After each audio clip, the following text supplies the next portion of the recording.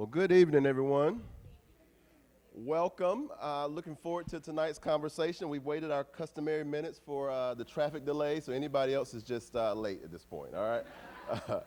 I'm Mo Wright with a company called Rhema, and we're going to be your tour guides for tonight's conversation with the community around the school start times. And if or not, we will be making recommendations for changes. So we'll get into how we got here and where we're going in the conversation in just a moment, but we're excited to be here and really looking forward to hearing from all of you in tonight's conversation.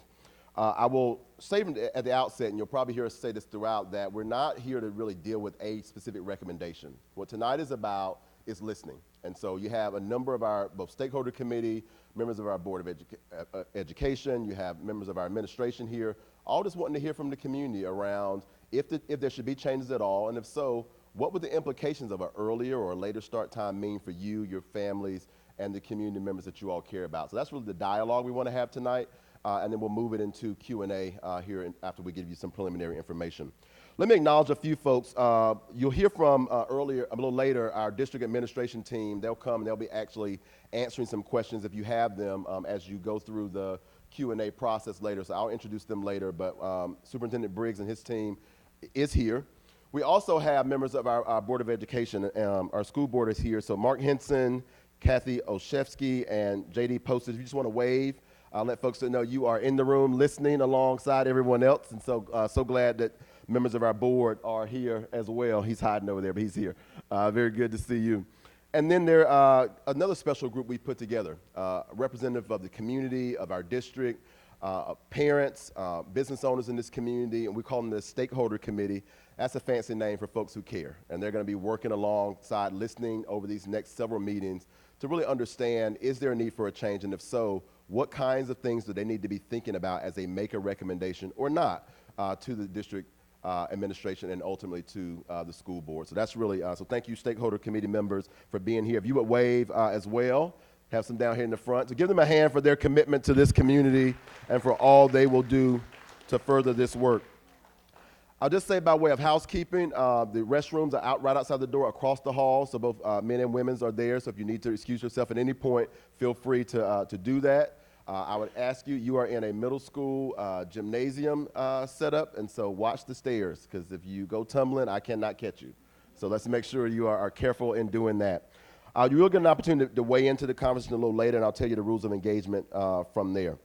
But I want to start tonight really by telling you where we've been in this process and where the process will go from here. And so I'm going to bring up just a quick graphic. Tonight, there's already been at least one stakeholder committee meeting in July. You kind of see that in our diagram here. Tonight, we start with the listening session. That's what you're a part of right now. We're really here just to have a dialogue, listen to how a potential change either way would affect you, your families, your colleagues, other members of our community. The Stakeholder Committee will continue to meet over the course of the next several months. So you see them meeting in September, again in November, and ultimately in January to determine if there will be a recommendation at all. And then this is not just the only time we'll be listening to the community. And so as you see, we'll be coming back together, listening tonight and then again in October, and continuing that process throughout. There also is going to be an ongoing opportunity for you to give feedback. So as I get to the end of tonight's program, I'm going to give you a QR code. It's also posted a number of ways outside of the room as well. You can scan that QR code, share it with your neighbors and colleagues and friends. It's a way for you to give ongoing feedback. You didn't ask a question tonight. You had one on the way home. Darn, I should have asked that. The process is never closed for you to give us that feedback. So let us know how we can answer those questions along the way via that QR code. And then let me pause here. I want to get a quick roll call. I talked about my district administrators. They're in the room. But any teachers in the room from the district? Any teachers? Very good. Thank you. First, give the teachers a hand. I was about to say the same thing. Thank you for all you do. And I understand today was the first day of school, so you have had a long day already. So we'll move this show along. What about just members of the general community? You don't have a child in the district, but you might have had one at one point or just interested in this topic. Any folks just generally here from the community? Very good. Thank you, ladies, for being here tonight. What about our parents or family members and guardians? Yeah, there we go. Very good. Give yourselves a round of applause. Very good. Thank you for your commitment to this school district. And then any students, any current students in the district? Oh, there's some up there, way back. Oh, very good. Very good. Give our students a round of applause. Very good. All right. I want to use this as a level set. You see right at the center of that really is our students. And at the end of the day, regardless of our opinions, our perspectives, our attitudes around any changes that might happen or not, we've got to keep the students and their families at the forefront of our decision making, of our dialogue, of any decisions we decide to make. And so this diagram is just showing, but I want you to also see that there are other people that changes to a school day affect. It's parents who might have to go to work or have to care for other folks in the family. There are business owners that are a part of the community. There are neighbors who might be caring for or making sure folks get on the bus or off. So this conversation has implications for teachers, certainly critical to this process.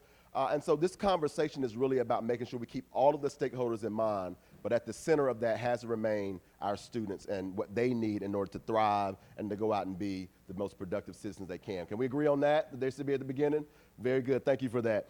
I'm going to invite my colleague, Leslie Westerfeld, to come in just a moment, but I'll tell you a little bit about where we're going today. I already said to welcome. Leslie's going to come and talk about how we got to tonight's conversation and then what's happening nationally. One of the drivers of this conversation isn't just a proposal locally, but is that we are seeing school districts across the nation take another look at their start times, their end times for school. What should the educational day look like? How long should it be? There's a growing body and a growing movement across the country. Some folks are deciding to do absolutely nothing and stay the course. Others are opening themselves up to a different perspective around what the school day should look like. It's all good at this point, right? All we're doing is listening, but we want to kind of ground you in some of the things we're seeing nationally, and Leslie's going to walk you through that. And then most importantly for tonight is that third point, is an open discussion. I'm going to allow you, we'll have some runners on the mics to be able to come and bring you an opportunity to give us your feedback around some scenarios. What if the school day was earlier? If it started earlier, regardless if you were in middle school or elementary or high school, or what if it started later?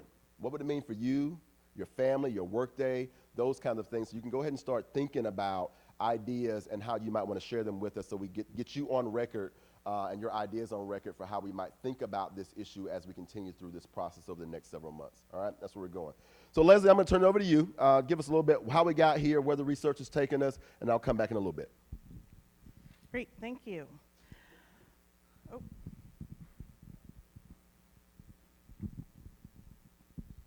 All right.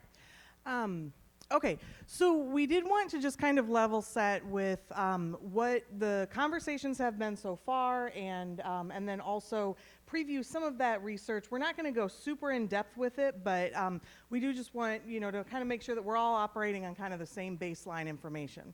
So the first thing that I want to do is just kind of note a couple facts about the Pickerington school district here. So Pickerington is growing.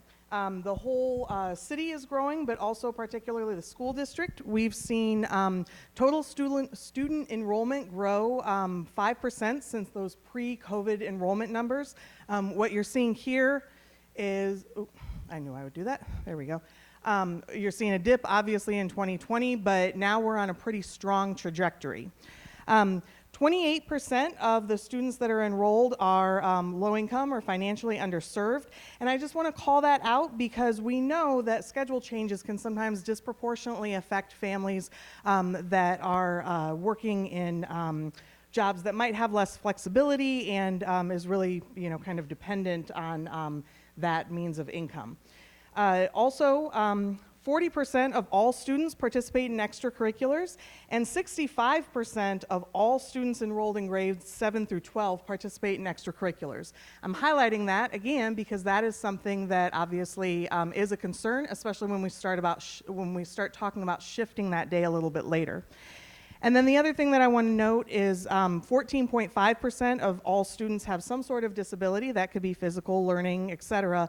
But we just want to call that out because we know that that group also might have some special needs that need to be addressed if the schedule changes. And so, so that is, kind of all of the different groups and people that we also need to make sure that we're holding in the back of our mind as we talk about this.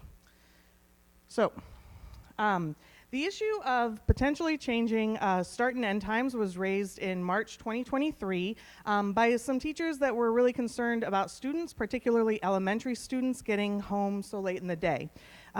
There are several different issues that have kind of been raised as we talk about this issue.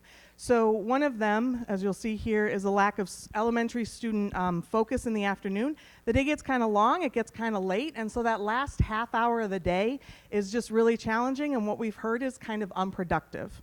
The other thing also is buses. If they are late to pick kids up, that is setting everybody back. That is setting the teachers back. That is setting the families back. It also means that there is less time for those kids at home to do all of the things that are important to do at home with our families. And then finally, there were also concerns, related to the buses, but also concerns about those elementary students getting out so late, especially in those winter months when it gets dark so quickly. And so sometimes if students aren't getting home until almost 5 o'clock, that can be really challenging, and some safety concerns were raised, right? Okay. All right, so here's our timeline. All right, so in addition to the issues raised by the teachers, the district had also begun a transportation study to analyze transportation operations overall. So that was a 3-month study. They had a consultant come in and look at a lot of different things. And so I'll get into those transportation study findings here in a second. But so that transportation study concluded in February. In February, the district then also sent a feedback form to parents and families. Maybe some of you here completed that, just to kind of get some of that initial information. There was a lot of really great questions and then comments of things that the district needed to consider with that. And the district received over 1,000 comments or questions through that form. So then following that feedback, the Teacher Advisory Committee had submitted a proposal to the school board, the Board of Education, and the Board of Education decided not to vote on that proposal because they felt like there was not enough community input that had been involved in that process, and so they wanted the district to kind of go back and make sure that we were being very inclusive and thoughtful through that process. So then in May, the district hired Mo and I and Naomi, who was out front, so Rama Consulting, really to kind of facilitate that process. We are outsiders to this community, and in this situation, there's a little bit of benefit to that because we are here just to facilitate an open and objective process, and that's all. All right. So now let's start getting into some of the data here. So when we talk about the transportation study, basically what they found was there are several challenges with the current operations. So ridership has increased by 1,500 students over the past 10 years. However, we are still operating with the same amount of routes that we did before those enrollment booms happened. And so obviously there are some logistical challenges with that. One of the biggest issues, however, is staffing of the bus drivers, right? And that's not an issue that's unique to bus drivers. Any of you all that are working know that right now we're dealing with really interesting workforce challenges. And so part of that is also keeping bus drivers in the loop. The other challenge that the transportation study found was that when they did the salary study, Pickerington School District bus drivers are about $1 below the average for the Central Ohio region. So it means, there's a little bit less competitiveness along with, than all of the other challenges with workforce. So I want to make sure that, we all kind of understand this, and we can certainly answer more questions about transportation. But the big thing that I really want to emphasize here is that while these transportation issues are impacting students, particularly at that end of the day and, getting them home on the buses, changing the start and end times doesn't fix the transportation problems, right? Okay.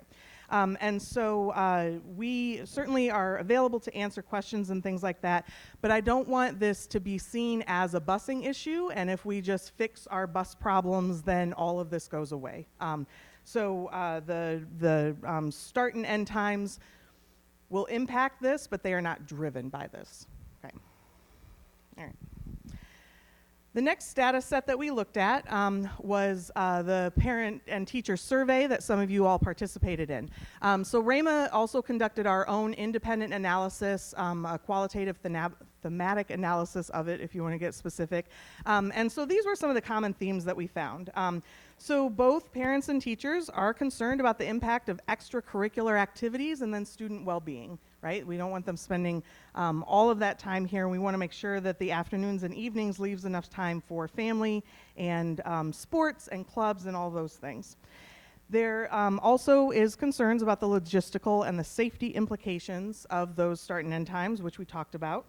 The comments from parents were more focused on childcare concerns and the impact to their routines, whereas teachers were really emphasizing the potential effects on instructional time and really wanted to understand the benefits of those proposed changes, and so really diving into that.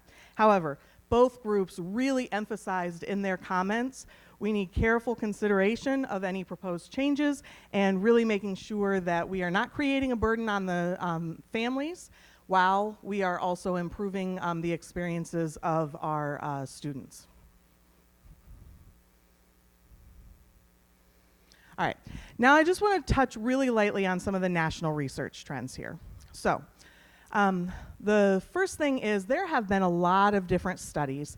Most studies on changing the start and end times for schools, those studies are really focused on junior high and high school students. They're focused on adolescents. The reason for that is because the adolescent brain works a little bit differently, and so they need more sleep time.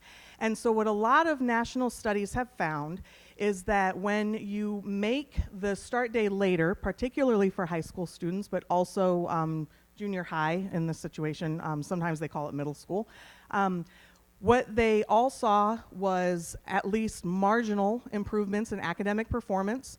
They saw reduced tardiness. They saw less truancy and dropouts. Several of them report better moods and participation of the students, and saw improvements in athletic performance. Again, this is only focused on junior and high school students, though. Along that same line, those studies, when they look at elementary school and possibly shifting those earlier, they didn't necessarily see any kind of discernible difference or any statistically significant difference with that. So elementary students have not been studied as much on the national stage, but again, the evidence for adolescents is relatively significant. Yes, that's all that we had to say about that. We will be putting out on some of our communication updates that we'll send out. We can send you links to these different studies if you also want to read that through yourself. Okay. Other considerations that we do need to kind of factor into this, because we know that it's more than just students, and so the academic studies that are done aren't necessarily always showing the same picture or the full picture. However, when you look at the national studies, bus schedules and logistics were a large factor in that, and they can also be impacted by other factors such as rush hour, right, and kind of timing that and when the buses are actually out on the road.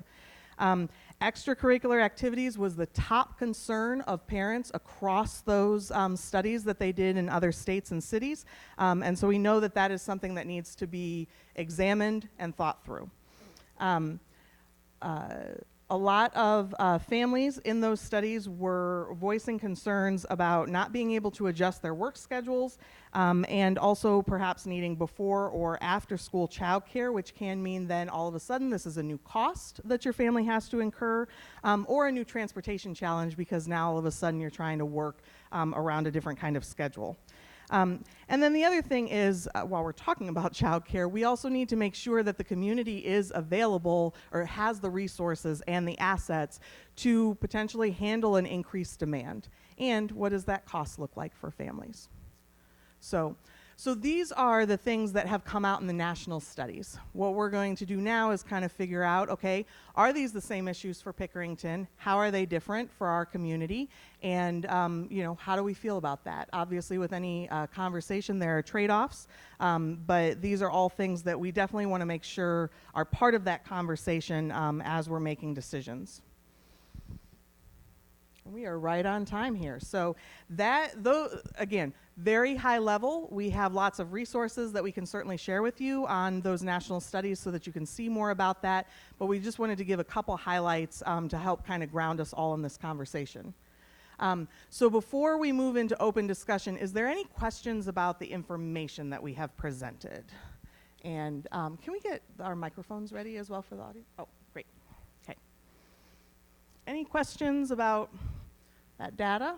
Ooh. Yes, sir. So as mentioned on the earlier slide, can you provide the time frame of when that data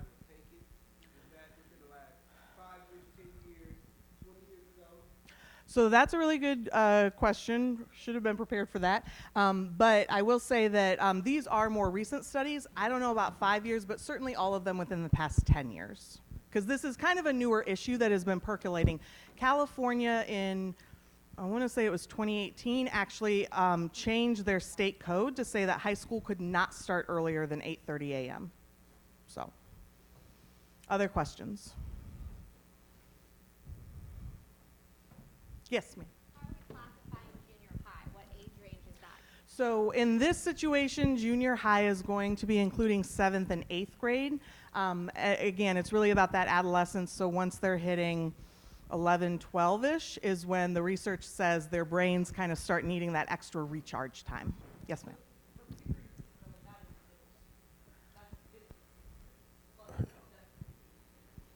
Middle school is 5th and 6th.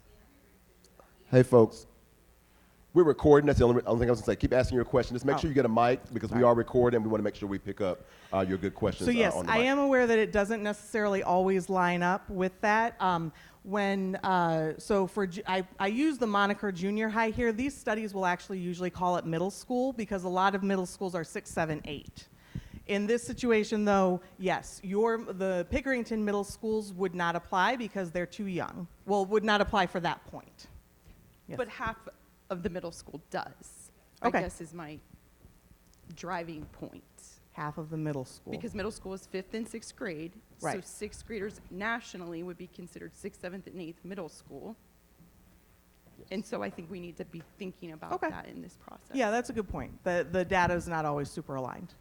I'm Kathy Olszewski. I'm a member of the Board of Education. When you present this file to us to upload, can you clarify that for us?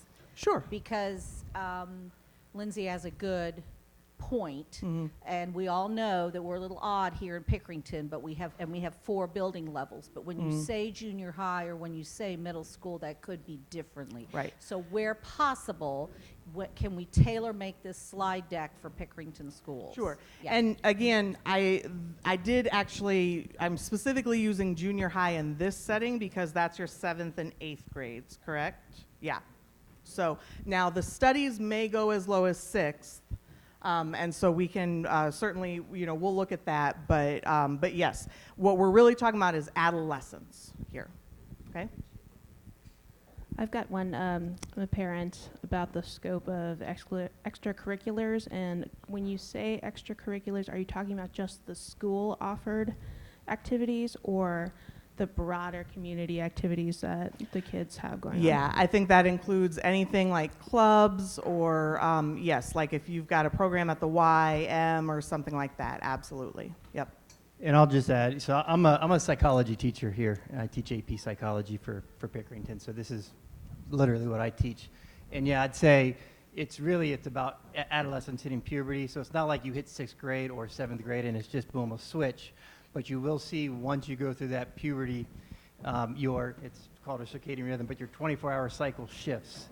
And as even like me, I'm almost 50 and I can't sleep past 4 a.m. as much as I want to do that because mine's shifting the other way, right? But that's basically what you get. So it's not like all 6th graders are seeing that, but yes, I agree with you. You're starting to see that impact start to happen at an earlier age than they used to, and that would include 6th graders, yes. So thank you. Wow. So here's the point, right? Regardless of what's happening nationally, this is Pickerington, right? And you all can decide what makes sense for this community. And that's really what we want to hear from you. But we did want to ground it in what's happening in other places, right? They're data points, right? You can decide that you care about it or not, right? At this point, we want to really shift the conversation into what does this need to mean for Pickerington? And what do you want to think about as we make decisions about if or not there will be changes to the school day? And if so, are we going earlier, later, or staying the same? That's really where we're going now. So I want to start to hear some comments around these 2 scenarios of earlier or later. Before I do that, I want to invite our administration to come forward. Superintendent Chris Briggs, Alicia Gillison, our Chief Academic Officer, and Heather Hedgepeth, our Chief Administrative Officer, are going to join us up here. If there are questions that come up that makes sense for these folks to answer, we're certainly going to put it to them. But most of what we're looking for is your comments around these scenarios, how it affects you, your children, other aspects of your lives that really help to drive the considerations and input we need to be able to make good recommendations around this. And so that's where we're going at this point. The other thing Leslie talked about was this need to be an inclusive process. And so we had folks who requested language assistance, and so we had a conversation going on in another room. They were getting the same information you just got, and they've now joined us as well. So I will say to anyone who has needs translation or interpretation services in the room, if I or anyone else makes a comment you don't understand, please stop us. Please make sure you are able to understand and listen and engage in the conversation as much as possible. To that end, you should have a comment card that you got on the way in. If you're not comfortable making your comment but want to make sure it's on record, that's fine. Write it down. Give it to Jeff or Brendan as they come down the aisles. Either we'll pose it or we'll make sure it gets into the document. And there will be a public document from all the questions answered tonight, and any we don't get to, that'll be posted with both your questions and answers on behalf of the district. So that will also be a part of this process. So I want to make sure that inclusive nature stays at the forefront for the process moving forward. That said, let's get into it. Here's where I want to start. I want you to think about, probably for some of you this morning, because the school year started today. And what if that time frame of when your child had to be to school was as small as 10 minutes, but as most 45 minutes, earlier than it is now? So let's just say your children are supposed to be at school at 7:30. That can be anywhere from 6:45-ish to just 7:20, right? We're talking about earlier now. If the school start time was earlier, talk to me about how you feel like that would affect you, your families, your routine, your students. Talk to me about what you believe the implications of that particular change, an earlier school start time, regardless if it's elementary or middle or junior high or high school, regardless of grade level, whatever that start time is, if it were any as small as 10, as most as 45 minutes, earlier than it currently is, we're talking about earlier right now, what would it mean for you, your families, your routine? Brendan and Jeff are on the aisles. They will bring you a mic, so wait for the mic just so we can make sure we get you on record. But the floor is open. What would it mean for you to have an earlier start time than you currently do for your students, your community, the folks that you engage with? Yes, ma'am. Hi, I've got a student in elementary school, Tollgate Elementary, and their start time is 9:15. Okay. And I cannot drop her off any earlier than 8:55. And so I cannot make a 9 o'clock meeting. You know, I work from home, and it's still difficult for me to start my work day. So that would be ideal for me if it started 10 to 45 minutes earlier. And you're elementary, is that right? Yes. Very Yes, good. correct. Thank you for that. Other thoughts in the back? Go ahead. I think this depends on which level you're talking about, Okay. because right now middle school is a reasonable time, but I have a 6th grader going to junior high next year who currently starts at 7:15. I can tell you he is a joy to get up now. Absolute So joy. having Yeah. him go to school at 6:30 and also being diagnosed with his own problems is going to be an absolute disaster. And I know that I am not alone in that. Okay. But I agree that elementary could certainly start sooner because we have 2 working parents in our home, and we rely on our income in order to manage our day-to-day. Sure, sure. So I think I hear you saying middle school, at least from your perspective, should not go earlier. That it would not be ideal for your student to do that. I think there's a reasonable time frame in general when school can start where it doesn't impact parents' abilities to go to work, Gotcha. but also doesn't prohibit the child from being able to focus in the morning. Got it. Very good. Got one right here. So for me, the dynamic is a little different. I have several students in 3 different buildings right now. So when you ask that question, it's a little loaded because if the transition doesn't happen across all buildings, and say my elementary and middle school student goes earlier and my high school student goes at the same time, now my free babysitter, who's 16, is no longer available. So I guess it's great for my elementary kid if it's a smooth transition for everybody going up and everybody getting out at the same time. That makes sense. Very good. Very good. Thank you. The interrelated issue, particularly with having multiple students and at multiple levels, there's some challenges we got to work through there. Talk to me. So I have a child who's just started at the high school this morning. So their start time 7:55. That is okay. I mean, it's definitely an adjustment coming off of the junior high schedule that was at 7:15 in the morning. But I also have a child who lives in a split family household. Their other parent lives out of the district. So if it's earlier, that's going to create some issues for that parent coming into the district. Yeah. So I would say for the high school, junior high, starting earlier is probably not going to happen. Okay. Very good. Very good. Talk to us. What would it look like to have an earlier start time, regardless of where your students are, regardless of where your neighbors are? What would it mean for you, your families, your routine? Talk to us. So I have an elementary student, and I think, well, first of all, I think 10 minutes one way or the other, for me personally, I don't think that has much of an impact, either for myself, I can't speak for other parents, but also for students, if we're thinking about the physical needs that they need. 10 minutes one way or the other isn't going to make a difference. 45 minutes, I think, will. For me personally, elementary, my daughter's up at 7. Send her to school earlier. I do have major concerns about the junior high being earlier than it already is. I have a 6th grader. He gets on perfectly fine with the schedule now. 45 minutes, that 7:15 is terrifying as it is. Earlier, I think, is just tragic for students especially. Okay. Yeah, hi. So I have a daughter. She is in Tusing. She's going to the 2nd grade. So she starts at 9. The doors open at 9:05. So 45 minutes for her earlier would not be an issue. It wouldn't be an issue in our household as far as me and her father. Now, I don't have any older children, so I can't, personally say as far as the start times for junior high and high school, but just thinking ahead down the line, I just think anything in the 6 o'clock hour is just ridiculous. 7 o'clock, maybe, but anything earlier than 7 a.m. I think is just a no-go. Okay, very good, very good. Yes, sir. So I'm going to try to speak, keeping in mind also people with kids, the gentleman's comment about a 16-year-old and babysitting. I'm always going to kind of come back to the 4-tier system. To me, that's going to be one that can, hopefully there's more information that comes out about that. I know we talked about the studies, but a lot of us are younger kids, elementary age, give or take till 4, maybe 5th grade, what have you. They are consistently on our schedule. If you have meetings, you get them on those schedules. When you start having the older kids at different building levels and you have 4 building levels to manage amongst, having babysitting, for me, I was comfortable probably around 6th grade, having a sibling watch over somebody. So to me, it's kind of within that range. And for us, we've got 4th graders that ends there, 5th, 6th. I think by 7th grade, a lot of us as parents are more comfortable knowing we can communicate technology with our kids consistently. But we've had to get our 4th grader a phone at an earlier age than we anticipated. Yeah. And then I do think with the 4-tier system, we're talking about circadian rhythms and getting kids on schedules. You have 4 different time schedules to have to get comfortable with as a child. Yeah. So if you only had 3, we find, I know it's a whole different discussion. I'm not trying to, but I think that comes up consistently, having to go,